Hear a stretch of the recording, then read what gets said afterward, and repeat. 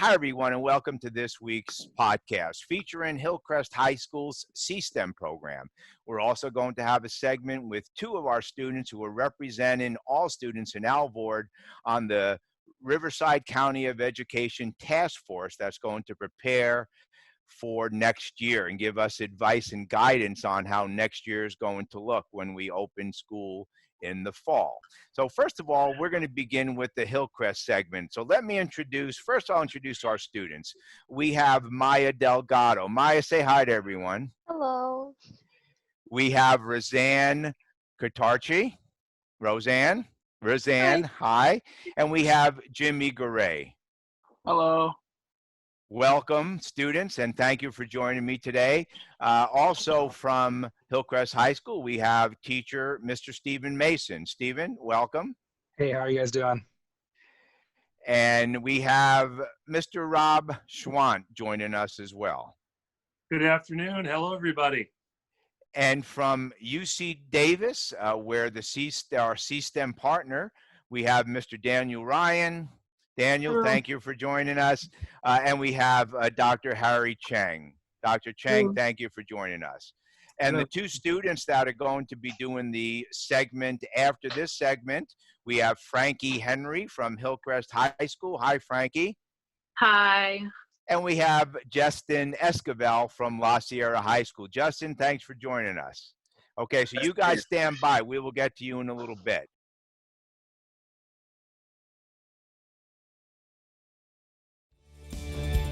Hillcrest students are a great mix of students from Riverside. We have a very heterogeneous population, so we have kids from all different areas, all different ethnicities, and we just have one big happy family here.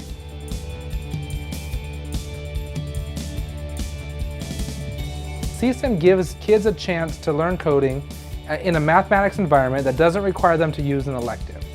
It's a new take on math that lets you learn the exact same standards you would normally, but now you get the extra benefit of taking a coding class at the same time.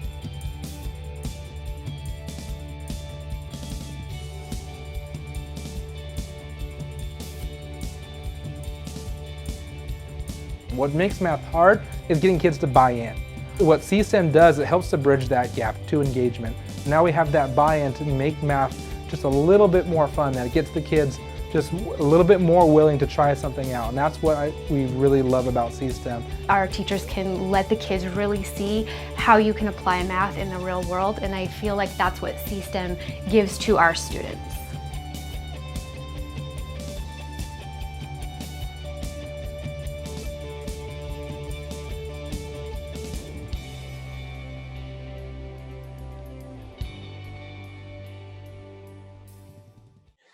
So let's begin talking about Hillcrest High School. So I want to start with UC Davis. Dr. Cheng, Mr. Ryan, feel free to share the experience that you have had with Hillcrest High School, but also talk about the program at UC Davis. Okay. STEM is a UC-approved educational preparation program for undergraduate admission. So we have, STEM is also a UCOP approved A to G programs. We have A to G program status. We developed the technology and educational technology, and we also develop a curriculum and provide professional development for teachers. And our focus is on coding and robotics, using coding and robotics for helping students learn the math. So from the kindergarten to the 12th grade. Our program has been widely adopted, and we're very glad Hillcrest High School are using our program. They have a very successful result. Well, thank you, Dr. Cheng, and everyone knows about the work going on at UC Davis in so many areas, but specifically STEM and the impact that it's had on the K-12 education system. So we're very deeply appreciative of all of the efforts, certainly on behalf of the Alvord Unified School District. Mr. Ryan, please share your role and talk a little bit about what you do up there at UC Davis. I'm the Education Service Manager for the UC Davis C-STEM Center. I work really closely with the schools and teachers that are implementing our program, and I actually work closely in providing the professional development and preparing teachers so that even if they've never worked with computer programming or robotics or even this integration of them with math, and I build up those skills and that confidence in the teachers and get them excited about really engaging their students with these hands-on technologies. Well, I've seen the statistics on mathematics achievement for students in the program and not in the program, and it's profoundly different. So obviously the impact, and I'm a high school math teacher, that's where I started my career, and we were always trying to figure out ways to engage our students. Now this is 35 years ago, but even then we were thinking about how to engage our students in meaningful ways so that the mathematics becomes real. And they could feel it, they could touch it, they could taste it. So I know that's exactly what the work that you were doing there at UC Davis. Mr. Mason, talk about your experience as a teacher at Hillcrest High School. Well, it happened about 7 years ago. Our TOSA at the time was Dr. Ogwa Laudner, and she had UC Davis come over and give us a bit of an overview. And I fell in love with the program. I thought it was an amazing way to reach students in a way that hadn't really been done before.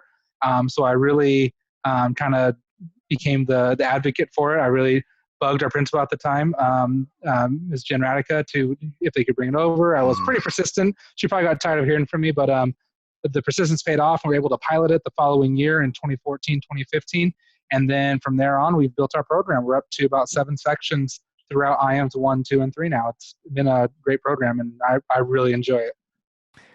Mr. Schwant, when did you join the program, and talk about your role? Yeah, so I joined the program in the school year 2015. Mr. Mason has already established the program, and we got chatting a little bit, and he knew my love of technology and robotics. And so I was really excited being a math teacher. Dr. Torino, I feel like, yeah. So like just being able to find that marriage of, like being able to teach students math, but again, the application of how it can be used in robotics, like even just radial turns of a robot wheel, or even having a program calculate tips for going to a restaurant, things like that. So it was a really kind of like easy way for me to provide real world application for the students. And so Mr. Mason kind of onboarded me himself and giving me all the tips and training of all that kind of stuff. And then since then, UC Davis and the C-STEM Center have grown astronomically with all the resources they offer on their website.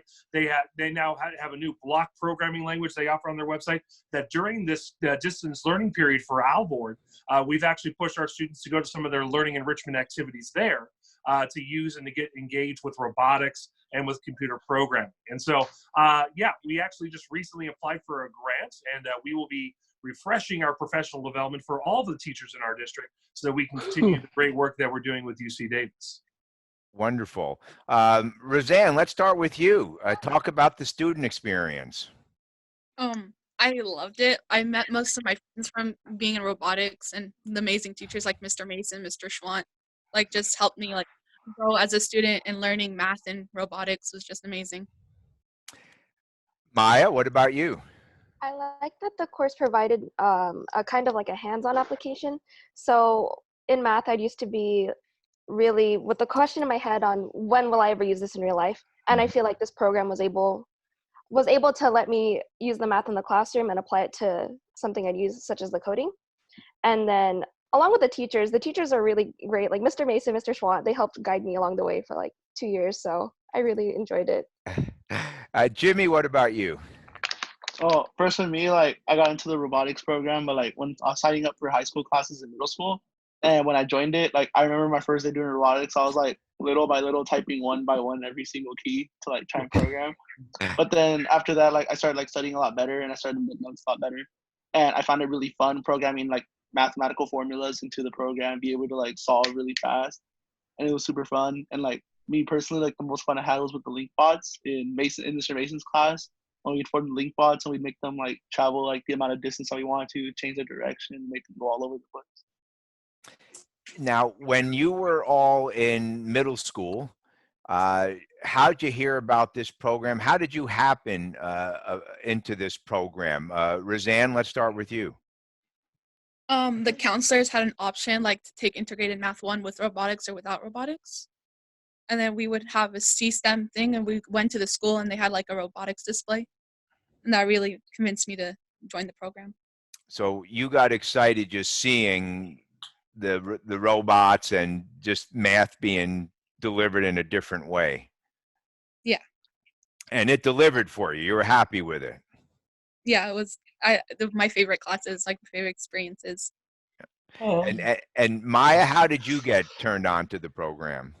Well, I did go to the same CTE showcase when I was in middle school. I went to Arizona. So I also saw the LinkBots rolling around, so I'm like, this is interesting. And when I heard that it was actually a math course with robotics integrated in it, I was like, I have to take this once I get the opportunity to. And Jimmy, what about you? Well, at first, I just heard about it from my counselor, just like Roseanne did. But then I started learning that like you were able to like be like a programmer and like implement like your own coding and like implementing your own dialogue, like others to math formulas, etc. And like I was just like, yes, this is for me, and it was part of math, so I decided to take the course with it. Mr. Ryan, Daniel, talk about how schools even get into this program. How does someone hook up with UC Davis to start a C-STEM program? So it kind of works a lot like the students are saying, where they see the robots in action. Maybe they went to a conference that we're at or just saw our website, and they see how interactive and exciting the technology can be to work with. And from there, all it takes is just getting in contact with us, and we facilitate the process every step of the way. So is there a huge demand? Are schools out there looking for professional development in this area, and has anything changed recently with COVID? What's changing about what you guys are going to be doing now? So we're constantly getting contacts from schools who are looking for either a better way to engage their students in their math or science, or just looking for an alternative in computer science or robotics as just an extra elective that helps the students get kind of better introduced to technology and preparing them for tech fields in college and careers. And then with the changes that we've been making to respond to coronavirus is we've been transitioning. Actually, all of our professional development is now being offered online. We've set up, I don't have it turned on right now, but I have a setup right here next to me where I have robots ready to go, where I can do hands-on demonstrations on a call just like this with video feed to the robots, sharing the computer screen so they can see the code and work through it. And so we're doing a really big push towards making it easy for teachers to be able to participate in this PD from anywhere.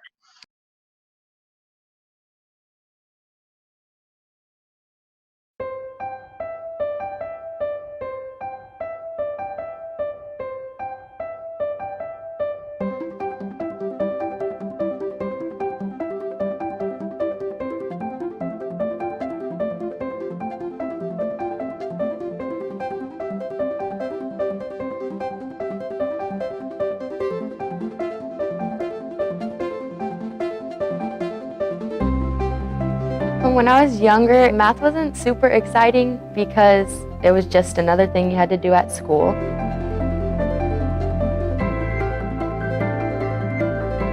For the system program to work, we have to get the teachers excited first, and then they can pass their passion and the knowledge to the students.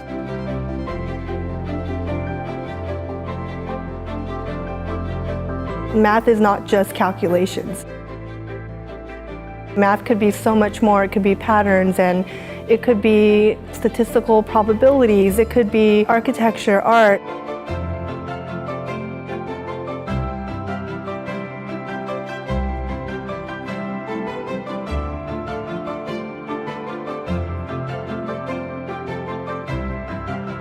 Before I implemented the C-STEM program, I was teaching out of a traditional text, and so the students would often be bored. They did not understand the meaning of the math because all they were doing was the math. My daughter, Katrina Cole, has been doing the LinkBot robotics program in American Canyon since 6th grade. Katrina had always done well in math, but I felt like she was losing interest a bit.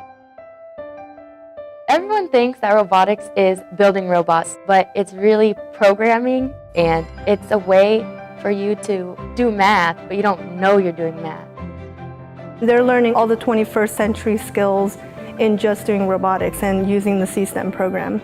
It is a life-changing experience for many of the students. They don't feel like they are learning the math. They just had fun. I was really proud of her, and I was grateful for the program. This program has kept her interested in math and helped her believe in herself and know that she can do it.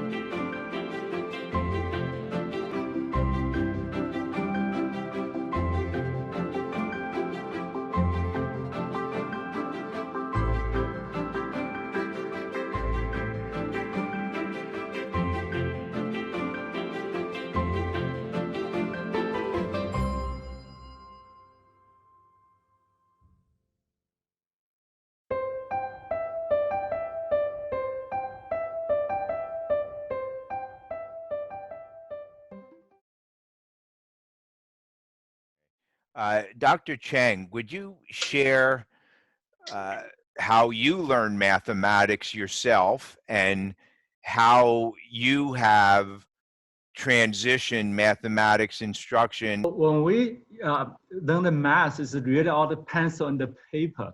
So that's really not very engaging. And maybe for some students will be okay, but not for a lot of the students, especially the students who are struggling. So we found that in California, we have almost half of the students retake the algebra.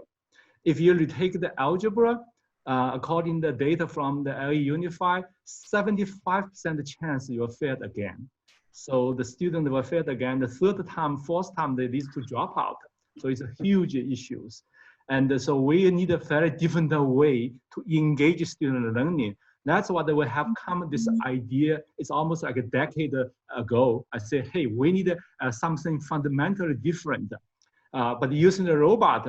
So we have to come up with the solutions, not just the after-school program or summer program, but we need to have something able to deploy used in the regular math class.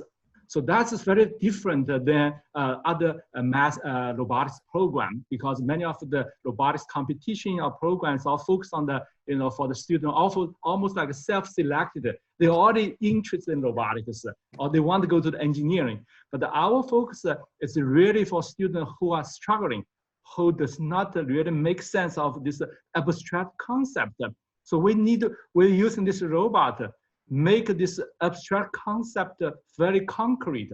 So therefore they can grasp and then succeed to pass this algebra, we call it the gatekeeper to the STEM field. So therefore they can continue work on past the algebra, geometry and the algebra 2 and continue on. So we have seen a lot of success from learning the coding and the robotics and engaging in the math. Now with that one, but then we have school worker school district there. Then they found out that we really have to start not only the high school, but they really need to start with the younger, like a middle school. So now we have a lot of school district work with us to implement the similar program, but for the 7th and the 8th grade. So therefore they have really trajectory to the success. In terms of the recent changes in terms of the COVID-19, we have not only do the training online, so as Ryan just mentioned, but we found out that actually it is very suitable for the distance learning because we can share the screen. So we can, hey, if you have running the problem, have the bug, you just, hey, I can share your screen. So it's actually more effective than in person because anyways, I can share the screen and find out what is the bug, what's the issues here. So it's actually, we found it's a very effective way of the learning. We also improve our system so the student can submit their homework or submit the program. Then the teachers can run the program using the hardware robot to verify the solution is correct or not. Yeah. Wonderful. Mr. Mason, the impact that this has had on you professionally? Well, I've gotten to do a lot of really neat professional developments, and also been able to travel to UC Davis and to there was a University of California institute to create the course as well. So I've gotten to learn a lot in terms of course creation, because I helped get the groundwork laid for IAMS 2 and IAM 3, and then also that work and being able to visit UC Davis were just really great experiences for me, and just really helped me grow as an educator. Because when you get out of your own backyard, you just really get to see all the wonderful things that other teachers are doing. And it was a great eye-opening experience, and it really got me started off when I was a younger teacher, and how to explore and expand my own knowledge of what it is to teach math, not just the what I was taught in college, but what it is to really try to engage students.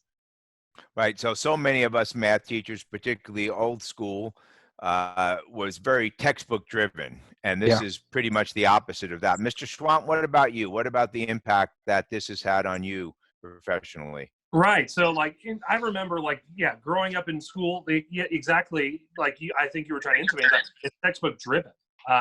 It just kind of went to this mindset of, okay, well, we're going to learn a concept. I'll just demonstrate on the board. We'll kind of answer questions and nuances as we go along. Okay. Can you perform and make sure you understand the concept? Where this, again, this kind of 21st century, you really have to let's identify a problem and let's see if we can find the solution. And again, the solution isn't always, oh, it's on page 38. The solution might be, we need to really think about this. What steps do we need? What tools do we need? How are we going to build the solution? And then let's test and repeat and rinse and retool to get to the process. So it really kind of brings in that kind of the engineering mindset, where the answer isn't just given to you. You need to kind of figure it out. You take a chance. It didn't work. What do we need to fix? Let's try it again. And so I really enjoy that how that really changed my teaching practice. This idea that students can be okay with, I made an attempt. That's not maybe the final attempt I'm going to make. I need to continue to refine my process. I need to continue to be better at what I'm doing. So I really enjoyed this. The C-STEM program from UC Davis, just because it gave that students that opportunity, you know what, if I fail, that's okay. But it's an opportunity for me to improve what I'm doing, and so hopefully succeed the next time. And if not, that's okay. I have the resources I need. I have my teacher. I have online. I have so many other different resources I can use to get the solution I'm looking for. And I really like that it makes students think critically rather than a simple, oh, we're looking for X. It's, no, we have to accomplish these tasks. What order do we need to go to? What's the order of importance we need to have on those? So I really enjoy that. It kind of puts it more of a project-based environment rather than we get the knowledge and then we repeat the knowledge to see if we understand. Well, we're all familiar with Angela Duckworth's work and the concept of grit and working hands-on and problem solving. As you were talking about, Mr. Swant, the rinsing and the retooling, all of which really does build grit in our young people, which I think is a wonderful skill to move forward with. Okay, students, what I'm dying to know is, what are you doing next year? So you've been at home for the most part. Hopefully you've been at home since March 13th, being safe. What's next for you? What are you doing in the fall, and what are your plans? Roseanne, let's start with you. I'll be attending UCR next year, and I'm part of their club water polo team. Wonderful. So All I'm right. gonna Good for be you. biochemistry playing. Yeah. Okay, wonderful. And we know you said you're going to study biochemistry, correct? Is that what you're studying, right? Yeah. Well, wonderful. Congratulations, and a wonderful, wonderful institution, UCR. Maya Delgado, what about you, dear? What's happening in the fall? I'm still staying pretty close to home. I'm gonna go to Cal State San Bernardino in the fall. And then, which is also a wonderful school. And what are you studying? Oh, I'm studying nursing. Good for you. Well, congratulations on that as well. Jimmy, what's going on this fall? Let's see. Other than sleep, this fall I'm gonna be attending as well Cal State San Bernardino. and I'm also going to be trying to major in biochemistry, and I even got accepted into the honors program there. Very Well, nice. congratulations to you. That's wonderful. And besides being incredibly articulate, those of you who are watching this podcast, are these students' smiles not incredible, or what? What incredible smiles you all have! You just light up the Zoom room. Gosh, thank you for joining us. My final question, and this is for students, and I need you to really dig deep and be candid with the viewers. Since school closed on March 13th, give me a quick day in the life. Jimmy, let's start with you this time. We'll go reverse order. Give me a day in the life. You probably get up at 6:30 a.m. every morning, right? And all that stuff. Well, all right. Well, my day in the life's kind of like always like switches every other day. It's kind of like a one day and then there's another day in my life. So on my one of my days of my life is I admit I usually like wake up like around 10 or 11 and I sleep in, and I'm usually just like grinding out Call of Duty all day and just doing like either that or also just like focusing on like CSUSB stuff such as like applying. Made my deposit recently to apply. Registered for my orientation on June 22nd, and right now I'm just prepping for college, applying for scholarships, and doing basic college stuff. Other than that, playing video games. And on my other days, I usually have a fixed sleeping schedule, and I usually just go to work. Wonderful. Well, thank you for sharing that with us. Maya, what about you? I do not wake up at noon. I wake up like 9-ish, which is not the best, but I mean, it's better than noon. True. The first thing I do is obviously brush my teeth, and then eat right after. I'm eating all day. It's really bad. But I mean, I can't leave my home, so what am I gonna do? And then I look at my phone like people are gonna text me. They don't, so eventually I look at my emails instead, thinking that there's gonna be more popping up. And yeah, that's pretty much the some of my day, just eating, checking my emails, and then bugging my siblings. Okay, and Razan, what about you? Okay, so there's some days where I wake up at 10, and then most of the days I wake up like around 1 to 2. Oh gosh. But the thing is, for some reason I can't focus during the day, so I study during the nighttime because I have tests coming up, and so it's just like, okay, let's just study till like 2 o'clock in the morning because that's healthy. Well, the reason I asked that question, and I really appreciate how candid you all are, is because, there's been a movement to start high school later. And there was recently a bill that was passed in the California legislature to start school a bit later, but now it's kind of been shelved because of everything happening. But there's always been discussion about teenagers getting up early and sleepy-eyed and going to school tired and all that sort of stuff. So I think you all have proven that you would definitely like it better if school was starting at 10 o'clock. And when we go to our next segment and talk to Justin and Frankie about what next year might look like, that may very well be one of the topics. I don't want to put Mr. Schwant or Mr. Mason on the spot and ask them what a day in the life for them is, but I am interested in Mr. Ryan and Dr. Chang, if what's been happening with COVID has really changed your professional days any. Actually, it's not much change. We work a lot still, and we support all the teachers and nationwide to using the STEM program.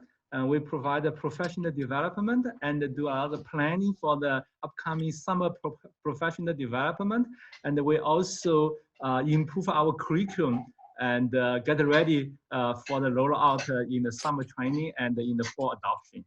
Okay, so but you're doing it all from home. Yes, we do all from home. Yes. Right, because I see your kitchen, very nice kitchen. Yeah. Mr. Ryan, what about you? For me, probably the biggest difference is I'm not traveling to go visit schools and conduct professional development across California and even out of state. So I get to spend a lot more time home with my wife. And so it's been really, really great, even though we're staying very busy, continuing to improve what we've got. So working remotely, and you'll probably continue to work remotely, most likely for some time to come. Well, you know what? I am going to put Mr. Mason and Mr. Swan on the spot. Give me a day in the life, Mr. Swan. All right. Well, of course, I wake up in the morning and I check for emails from Dr. Musarina to make sure that I'm doing what I'm supposed to be doing. But then it's assisting teachers. There are questions about grades, questions about homework assignments, questions about using technology, Google Meet, making sure that those are up to date. So honestly, it's just assisting as needed. In these next few weeks is going to be busy because we're doing our senior brations and getting uniforms back, textbooks back. So for me, it's just going to be, helping teachers out via email or Google Meet, and here at the school, just trying to make sure that we're getting all of our items back and to close up the shop here at the end of the school year.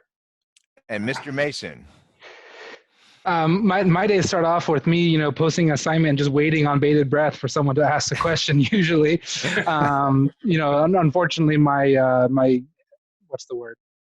engagement numbers are pretty low. But the students who are engaged are actually enjoying the online learning platform.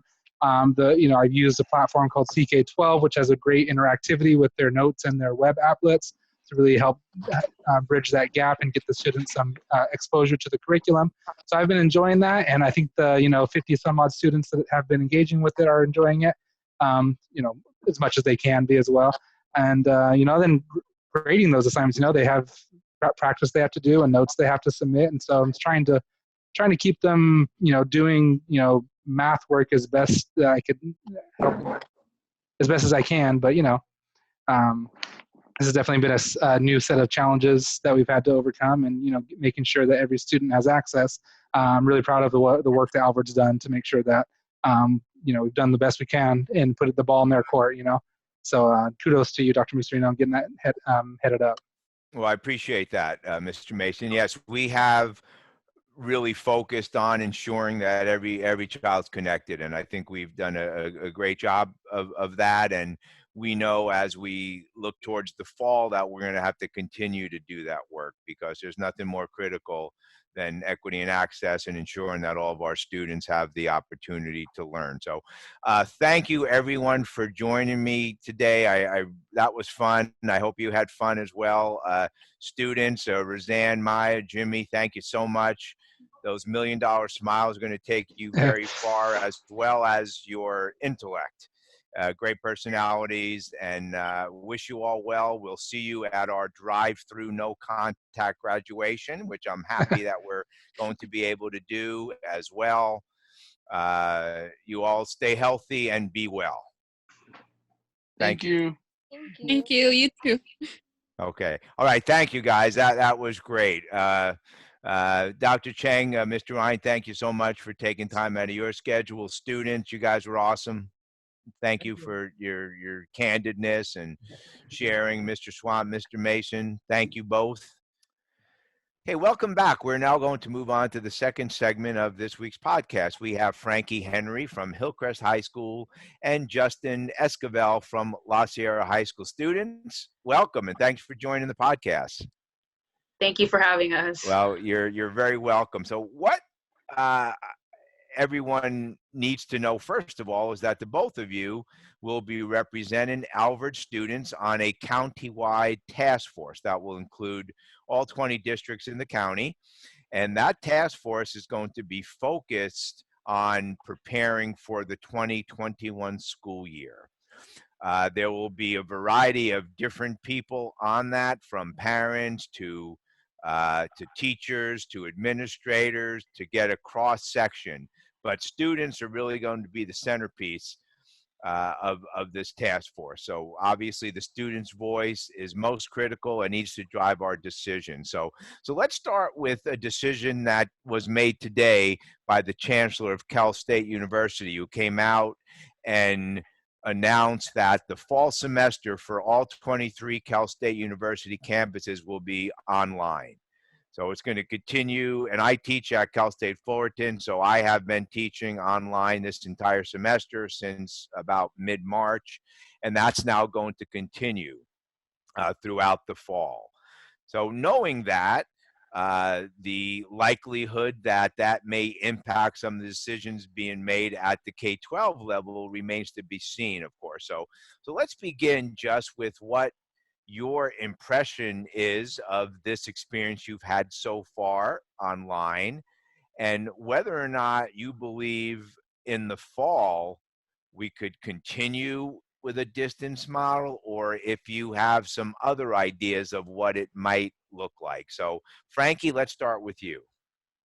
I definitely think it is a lot harder having to learn online and away from school. Like, it's easier to have hands-on learning and actually learning from like your teacher in the classroom, and that it'd be like more ideal and wishful thinking like to go back to school and to be able to like see your friends and like interact with people instead of having to get on like Zoom or Google Meet and having to learn like that way. Yeah, that's basically it. Right. So obviously the social aspects of school, which is a major part of the school experience, will likely be absent at least early on in the process.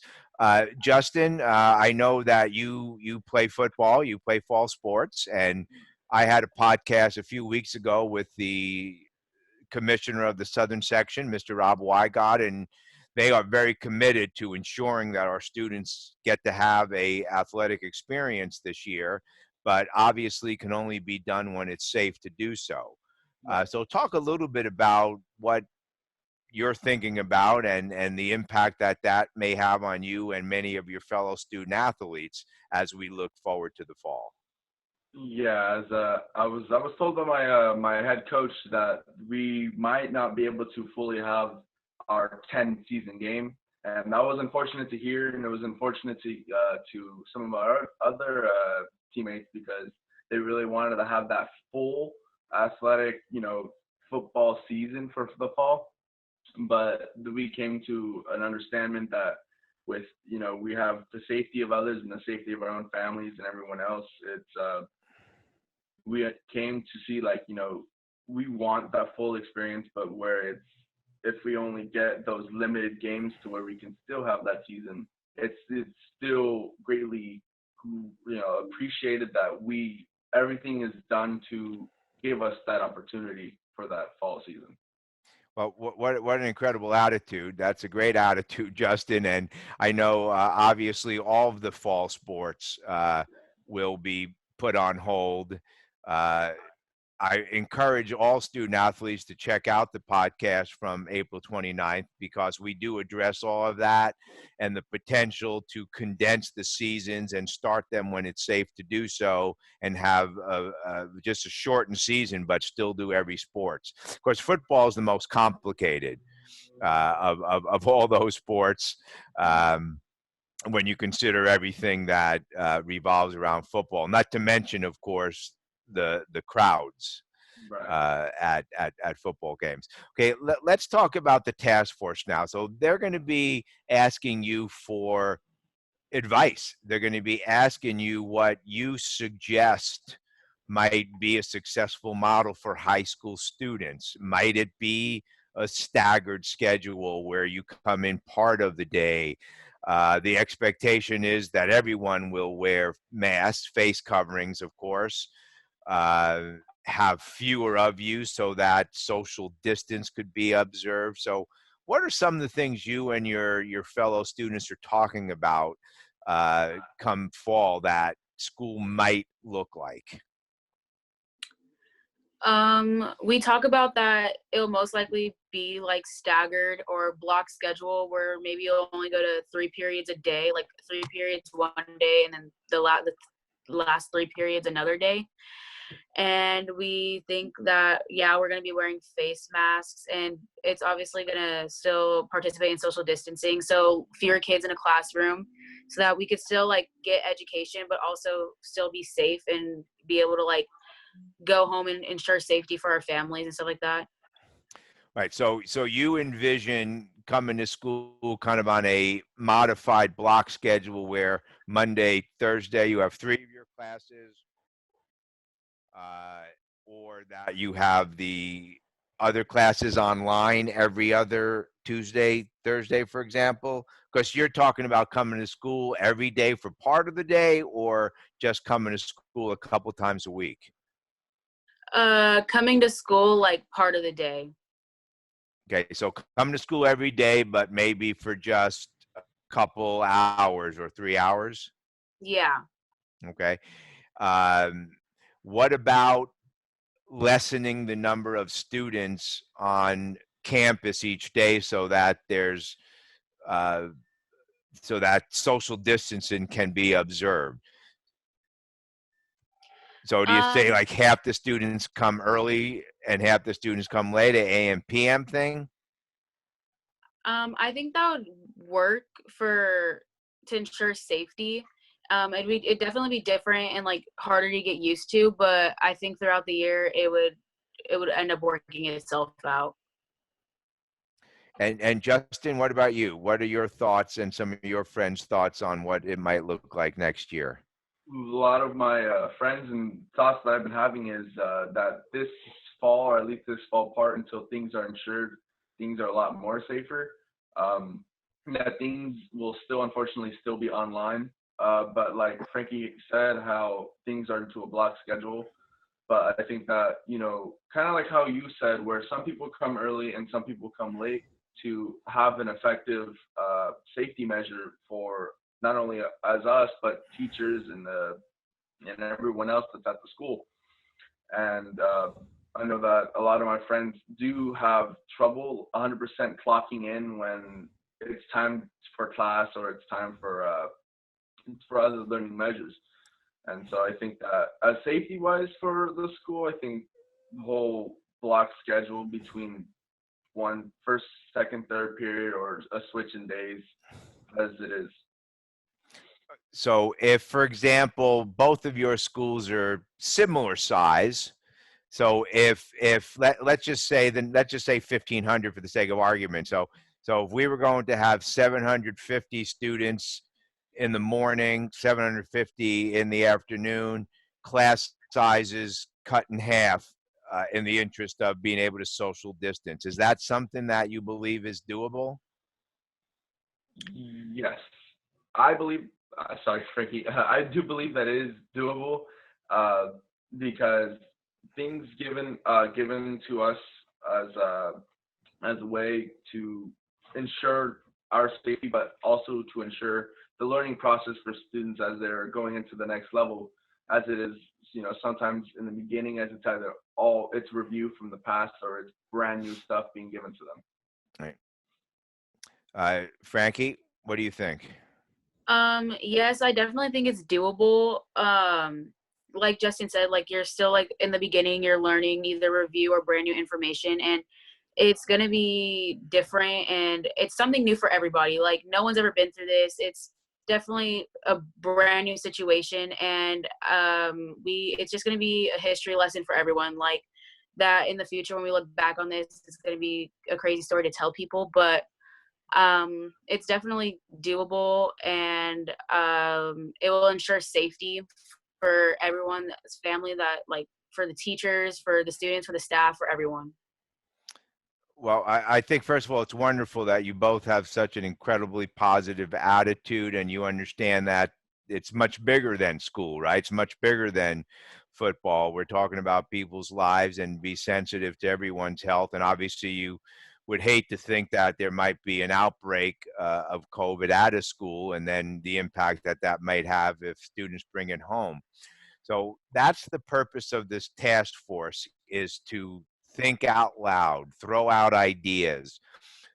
We will be guided by one timeline, and that's the COVID timeline, which we have no control over. So we have every intention of opening school on August 10th, as you all know, because we've sent that message out to families.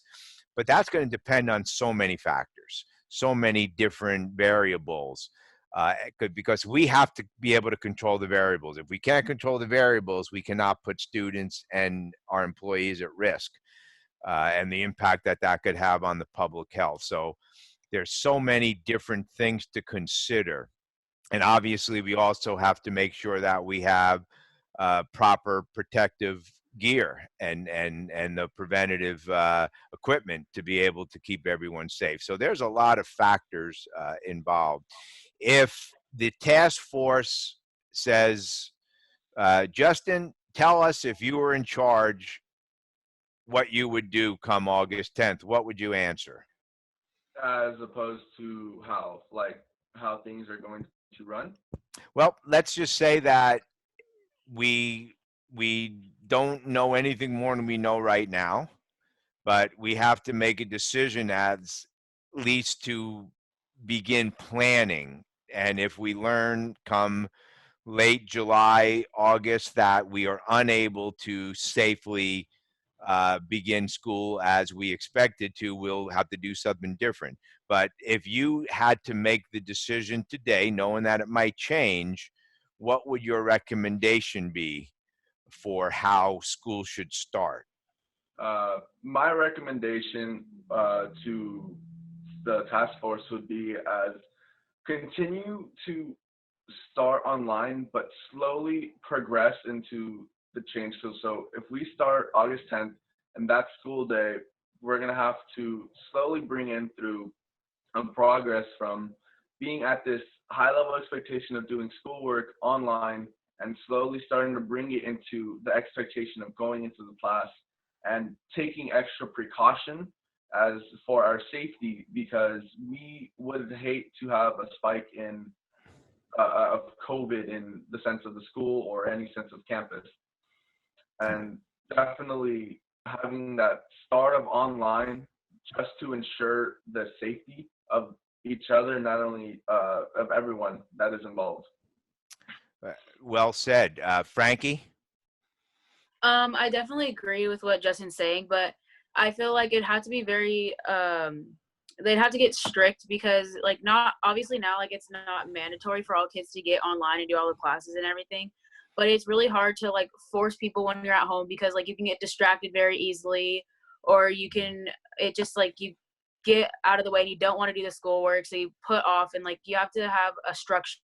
Like there has to be structure. Like you have to wake up at the same time that you would actually go to school, and you have to get on your online classes and do all your homework and do all your work, and slowly work your, like he said, work your way back into the classroom and make sure everything is like getting done and all the different stuff. Right. And yeah, I think you both really hit it right on the head, because we could say we're going to do distant learning, we're going to start online, but if students aren't checking in, if students aren't attending the online version, then obviously they're going to fall further behind. So however we will ensure that that'll happen, because right now it's the education program is voluntary, for lack of a better term, right? You could get on, or you could have just taken your grade back at the last reporting period in March, known as being held harmless. And many students have chosen that because they have other responsibilities and they haven't been able to really participate in the education program. But if it starts in the fall as distance learning, that's not going to be what it's going to look like. It's going to be real school, as you were talking about, Frankie and Justin. And we will have to ensure students are getting online. It would be really just like taking attendance. So that definitely poses a challenge. Do you? I definitely agree, because I know a lot of friends and a lot of other students that choose to I have all A's and I have this, and I'm okay with not doing it. I'm okay with not keeping up because my grade's already at that, as opposed to also other friends who I'm satisfied with where I'm at, instead of wanting to get better and better and better, because where they left off is where they were at. But with this coming up, they're going to have to go back up and meet those standards of having to be on the meetings and having to be on the classroom, and everything's going to be, like Frankie said, a lot more strict, as opposed to how it is now, where it's lenient to whether you do the work or not. Right. And that's going to be the difference, is for us to be able to ensure that students not only have access to learning, but that we're able to account for all of our students, much like when you come to school, Right. take attendance, virtual attendance. Well, uh, Frankie and Justin, you're going to be wonderful representatives of Alvord students, so I appreciate you both agreeing to sit on this task force. First of all, I think it's going to be a wonderful experience for you as well professionally, and certainly going to be great for your resumes as you apply for college and other things that you're going to do post-secondary. What I would love to do is check in with you after the first meeting and have you back on the podcast. Would you agree to come back and talk about that first task force meeting? Yes. Yes, I would totally come back. Okay, perfect. Well, much like our earlier segment with our Hillcrest students, you two also have incredible smiles, wonderful personalities. You're so articulate. I really appreciate you joining me today. Make sure you tell all your friends to watch the podcast to see how great you guys are. And we will see you in a few weeks and we'll continue our discussion. Thank you both for joining me. Well, that concludes our podcast for today. Thank you to all of the members of the Hillcrest STEM program. Thank you for our task force students for joining today and sharing their work and what they're going to be doing moving forward on the task force. As far as this week's mailroom is concerned, there's really been one primary topic, and that's been graduation. We announced this past Sunday that we're moving forward with a drive-through no contact celebration for our seniors, which would be an opportunity for our students to walk across a single person stage to music, traditional graduation music, dressed in their cap and gown, and have a picture with their diploma. We're also going to be populating a virtual ceremony with that footage so that we will have something for all of our students to look back on this event. The virtual will include student speeches and a lot of the traditional graduation fanfare as best we could reproduce virtually. And I know it's pale in comparison to a customary graduation. And on behalf of the school board, we all, of course, feel awful for our seniors. But I have to say our seniors, and I've spoken to many, many of them, and all the participation in our surveys and our thought exchange, our seniors have really sent a very powerful message that we understand this is a bad thing that we're in the midst of, and it's a crisis. And we appreciate anything that the school district and our schools are doing to recognize us. But we recognize that that these are very, very difficult times. So I really appreciate that, and so proud of all of our students and their families for working with us and being very patient as we have worked through the many steps in the process of being able to create these safe opportunities to celebrate our students' success. So thank you again to everyone. Thanks for all our guests today, all of our guests today. We will be back next time for our usual Wednesday podcast, streaming 4 o'clock on YouTube. Same Alvord time, same Alvord place. Thank you, and bye for now.